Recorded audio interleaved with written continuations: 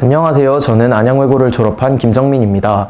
정동민 국어논술학원을 고등학교 입학과 동시에 다니기 시작했고, 졸업할 때까지 주익현 원장님과 김혜미 선생님, 원준익 선생님과 함께 공부했습니다. 정동민을 다니며 국어 공부가 좀 더 수월해졌고 타과목 공부할 시간을 확보할 수 있었습니다. 저는 수시 학업부 수영으로 고려대학교 경영학과에 합격했습니다. 이 대학에 합격하기엔 제 내신이나 생기부 측면에서 많이 부족했기에 기대를 안 하고 있었는데, 크리스마스 이브에 친구들과 식당에서 추가 합격 소식을 듣고 너무 감격스러워서 눈물을 조금 흘릴 뻔했던 기억이 있습니다.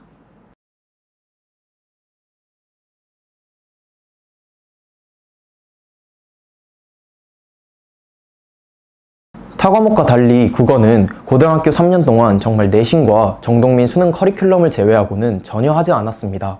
정동민에서 수업이나 과제로 접한 문학, 비문학 작품들이 국어 기초가 전혀 없었던 저에게는 너무 큰 도움이 되었고, 오히려 시중에서 파는 교재를 푸는 것보다 기초를 탄탄히 잡기에 좋았습니다. 또한 이감 간쓸개와 이감 모의고사를 통해 출제 가능성이 높은 작품들을 접할 수 있었습니다. 정동민 커리큘럼을 열심히 따라간 결과 언어와 매체를 선택하여 수능 100분이 98%의 성적을 거두었습니다.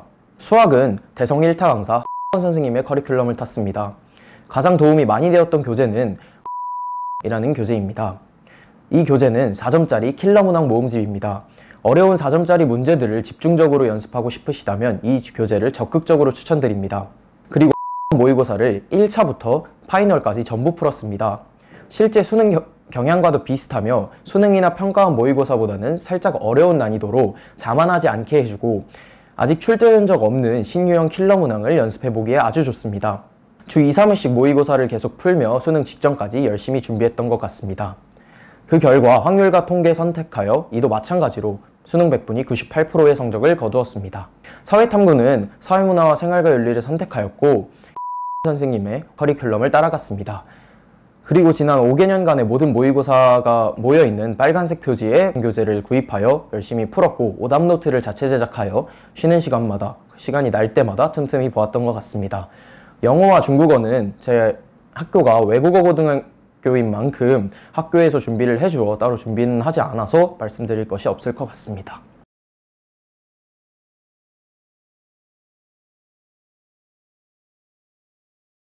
수능 준비를 하며 힘들었던 건 너무 외로웠다는 것이었습니다.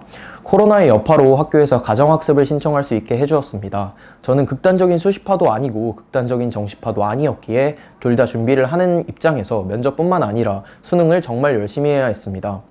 기계처럼 항상 아침 일찍 혼자 일어나 독서실에 갔다가 밤늦게 들어와 잠자리에 들었던 것이 생각납니다.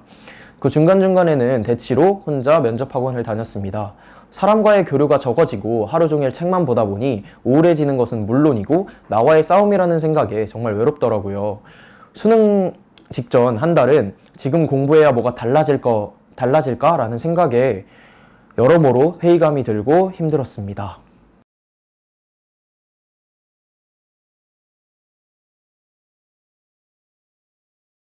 저 같은 경우는 고려대학교를 선택한 것은 아니고 고려대만 붙어서 왔습니다. 제가 고려대를 쓴 이유로 대체하자면 고려대 학업부 수영 수시 선발 전형 방식이 저한테 너무 최적화되어 있다고 생각하여 과감히 높은과를 지원하게 됐습니다. 반에서 제 생각이지만 한 7, 8등 정도에 위치하고 있다고 생각합니다. 반에 25명 정도가 있습니다.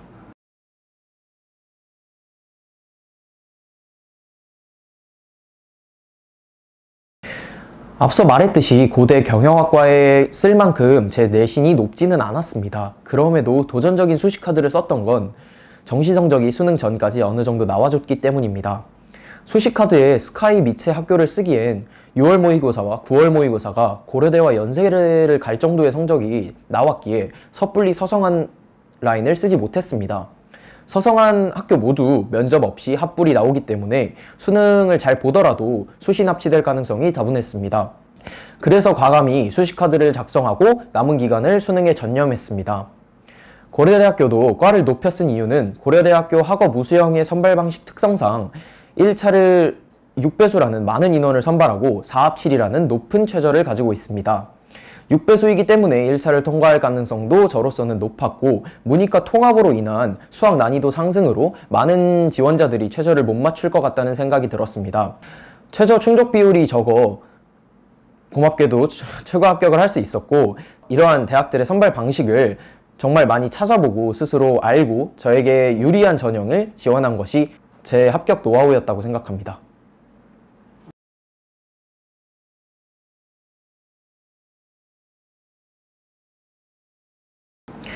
첫 번째로 가장 중요한 것은 내신 관리입니다. 정시 준비생이 아닌 이상 어떻게든 내신 관리하시고 생기부 관리하세요. 아무리 좋은 생기부도 내신을 일정 수준 이상 커버칠 수는 없다고 생각합니다. 두 번째는 모의고사 관리입니다. 수시생이라고 해도 최저가 있는 학교가 꽤 됩니다. 대표적으로 연고대가 있습니다. 저 같은 경우만 봐도 최저가 얼마나 큰 영향을 미치시는지 감이 오실 겁니다. 또 단순히 최저뿐만 아니라 수시에서 6지망 모두 불합격하여도 정시 공부를 꾸준히 하신 분이라면 정시로 일정 수준 이상의 대학교를 달아놓고 재수 혹은 반수 하실 수도 있고, 오히려 수시에서 쓴 6개의 학교보다 더 높은 학교를 가시게 될 수도 있습니다. 수능을 같이 준비해두면 마음이 한결 놓이고 선택의 폭이 정말 넓어집니다. 저도 수능을 잘 본 덕에 고려대 면접에 가서도 떨지 않았던 기억이 납니다. 세 번째로는 지원하고자 하는 전형 특성 알기입니다. 자신이 갖고 있는 이점들을 극대화하고 부족한 부분을 최대한으로 극복할 수 있게 하는 전형이 무엇이 있는지, 자신이 지원하고자 하는 전형이 1차에서 몇 배수를 뽑는지, 면접과 서류 비율은 어느 정도인지를 본인이 직접 아는 것이 중요합니다. 입시는 정말 간절해야 한다고 생각합니다. 끝까지 포기하지 않고 노력하는 분에게는 그만큼의 성과가 있을 테니 끝까지 포기하지 말고 노력해주세요.